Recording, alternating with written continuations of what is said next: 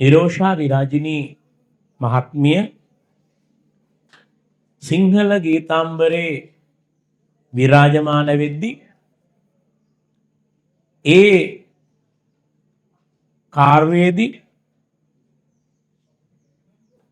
පදනම් වුණු ගීතයක් තමයි පුන්සඳරෑට ඇවිදින්න හේනේ කළුව බිඳ කියන ගීතය.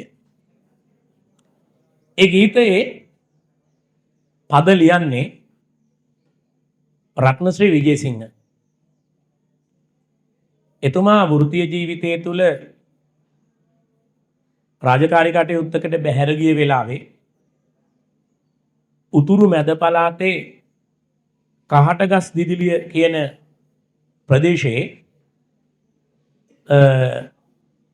ගම්මානයකට ගියා වෙලාවේ ලැබපු අත්දැකීමක් තමයි මේකට පාදක වෙන්නේ.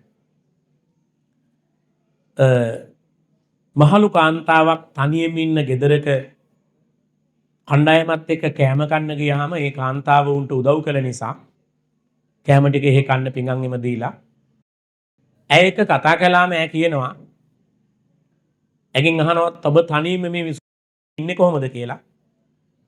ඇය කියනවා මේ මහත්තයා ඉන්නවා. කෝ මහත්තයා? එයා මේ හේනේ ගියාම කොහොමත් මේ මාසයකට සැරයක් දෙකක් තමයි ගෙදර ඇවිත් යන්නේ. අවුරුදු 75ක් 80ක් වෙන මේ කාන්තාවෙන් ඇහුවම කෝ දරුවෝ කියලා. කියනවා අනේ මහත්තයෝ අපිට දරුවෝ නැහැ. හිටියානම් ඒගොල්ලෝ මේ වෙනකොට ගජ ඉලන්දාරි කියලා. මේ කාන්තාව දිහා බැලුවම වයස්ගත ඇය ජීවිතයේ තරුණ කාලේ බොහොම සුරූපී තැනැත්තියක් වෙන්නේ නැති කියලා රත්නශ්‍රීට හිතෙනවා.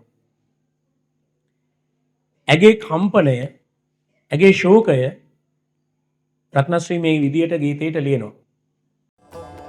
පුන් සඳරෑට ඇවිදින